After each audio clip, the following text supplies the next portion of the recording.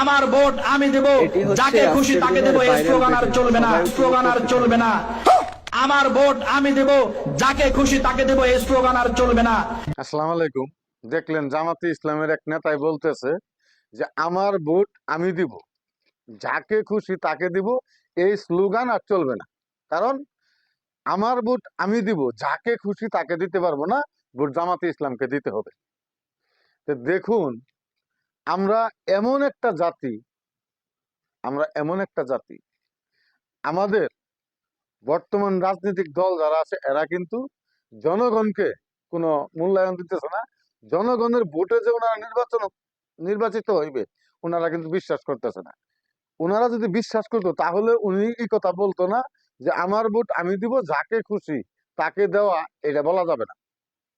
তো দেখুন, আসলে কথা কি, জামাতে ইসলাম কিন্তু ইসলামিক দল না।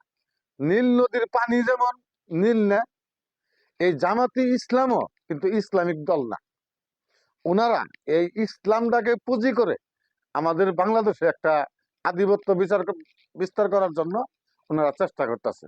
ওনারা দেখেন, যখন শেখ হাসিনার আমলে জামাতে ইসলামের লোকগুলারা ফাঁসি দিত, মনে মনে ভাবতাম যে এটা অন্যায় হইতেছে, আমাদের দেশে অন্যায় করতেছে শেখ হাসিনা।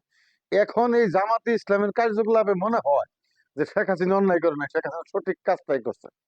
কারণ কি জানেন, আপনি জামাতে ইসলামের এক এক নেতার কথা যদি আপনারা শুনেন, তো শৈলের পশম এমনি দাঁড়াই যাবো না। এক নেতাই বলতেছে যে পুলিশ আমার কথাই উঠবে, আমার কথাই বসবে, আমাদের কথাই মামলা নিবে, আমাদের কথায় পুলিশ আসামি ছেড়ে দিবে। আমরা সকালবেলা এসপি সাহেব ওদের কি কি প্রোগ্রাম আছে এটা জানবে, জানার পরে পুলিশ পিছিয়ে পিছিয়ে যাবে, ওনারা আগে আগে যাবে।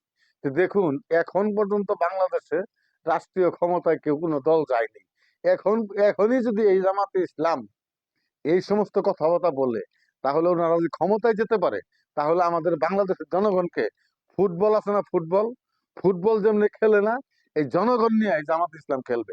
আমি পাশাপাশি আরেকটি কথা বলতে চাচ্ছি যে আমার এই ভিডিওটা একটু প্রচুর পরিমাণ শেয়ার করে দিবেন, যারা রাষ্ট্রীয় ক্ষমতায় আছে তারা যেন দেখতে পারে। আগামী নির্বাচনে যেন ইসলামী ব্যাংকের কোনো কর্মকর্তা যেন এই নির্বাচনের কোনো দায়িত্বে না থাকে।